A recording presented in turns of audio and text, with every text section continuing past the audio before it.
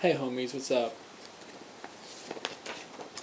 I want to talk to you about an article I read today called Six of the Fallen in Words They Sent Home. It was published in the New York Times this morning, which is the 25th of March, by the way. It's an article about soldiers. It's really, really awesome, really powerful. It has to do with soldiers and their blogs and, the soldiers and their perceptions of war, from their perspective. And it got me thinking about how soldiers really feel about the war and the Iraq War specifically. And if they somehow feel stifled by, I guess, kind of a peer pressure, which kind of hinders their ability to speak honestly about the war. Obviously I'm not a soldier, never been in, a war or anything, but I know a lot of friends who have been over in Iraq, or in Iraq now, and they kind of reflect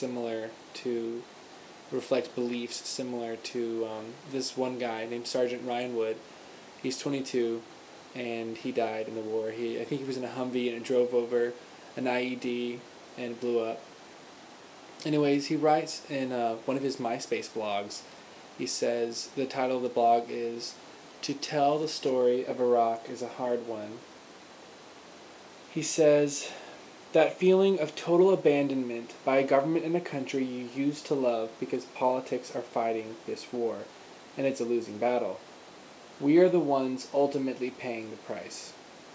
And there's a few other blogs in this article that are written by soldiers who are really proud to wear the uniform and just talk about how they love their brothers in war.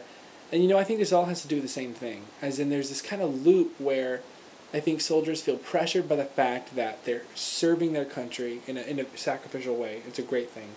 They're serving their country. They're serving with other soldiers. Some soldiers who are dying and sacrificing, physically for the war. And they're trying to look good for their families as well, or at least look strong.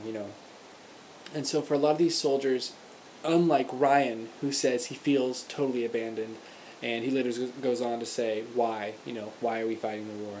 Unlike Ryan, some of these soldiers, I think, feel that pressure of being with their brethren and being with brethren who die. So it just really makes me think that if soldiers did not feel those pressures, the social pressures, the pressures from the United States, from men like McCain, if they did not feel that pressure, how many more soldiers would speak out against war because of personally being there? Anyways, that's all. Also, has anybody heard of this band called, Radio Play? They're quite awesome. Just thought I'd say that.